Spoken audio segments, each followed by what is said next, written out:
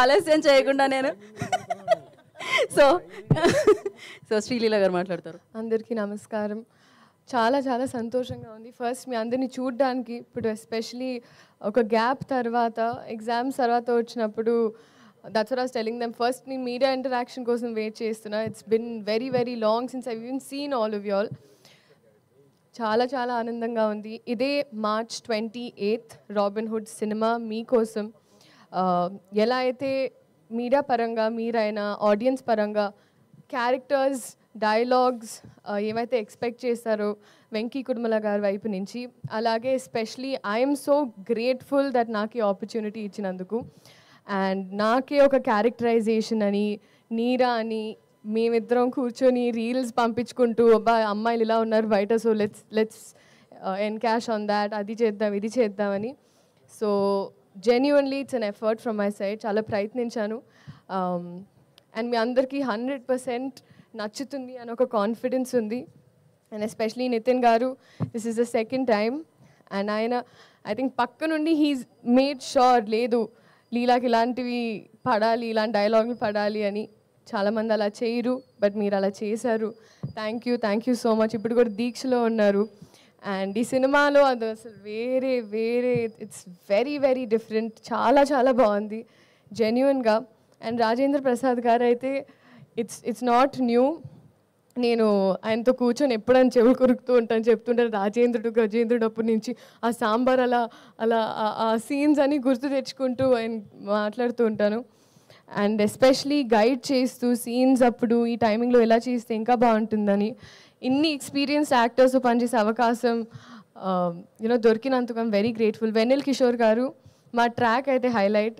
నాకు I think ఈ సినిమాలో స్పెషలీ ట్రాక్ పరంగా అంటే ఒకటి కట్ అయ్యి ఈ సీన్లో ఏదైతే ఆల్టర్నేట్ ప్యారలల్ ట్రాక్స్ ఉంటాయో అన్నీ చాలా నచ్చాయి. డబ్ చేసేటప్పుడు నాకు అదే అనిపించింది. అండ్ అలాగే జీవి ప్రకాష్ గారు for all the music, Ravi గారు, నవీన్ గారు, ఇంకా మాకు we've had an association now. So they're also very, very happy for me and I'm grateful. So మీరందరూ ఇదే March 28 సినిమా చూసి ఎంజాయ్ చేసి రాబిన్హుడ్ ఎలా అయితే దొంగతనం చేశారో. నెక్స్ట్ నా క్వశ్చన్ అదే ఉంది అన్నమాట. ఏంటండి? డెఫినెట్గా మీ దొంగతనాలు తెలుసుకుందాం అనుకుంటాం కదా, ఎలాగో మీరు అబ్బాయిల మనసుని దొంగలిస్తున్నారు. అక్కడ నాకు ఒక ప్లాట్ ఏరియా కొంచెం ఇరుగ్గా ఉంది ఇప్పుడు ప్రజల గుండెల్లో. సో కొంచెం స్పేస్ ఇచ్చి తీసుకొని 28 అందుకే ఖాళీ పెట్టమన్నాను. ఓకే, ఇది ఓకే.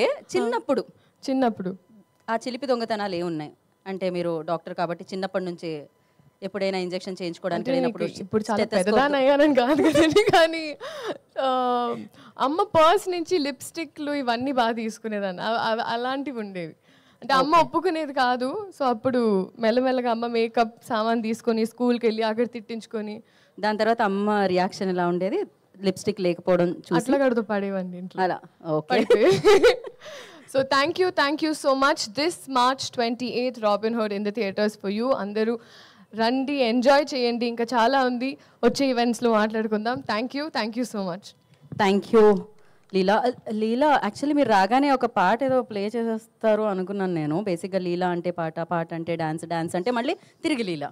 సో అందుకే ఈ సినిమాలో కొత్తగా లీలా అంటే డైలాగ్ అంటే పర్ఫార్మెన్స్ అంటే లీలా అనేటట్టుగా. ఇది స్టేజ్ మీద ఏదో జుగల్బందీలా లేదు. ఓకే, అంటే ఒక్కసారి ఒక స్టెప్ మీరు వేస్తే చూసారా, మేము అడిగామా అలా. No steps, only performance.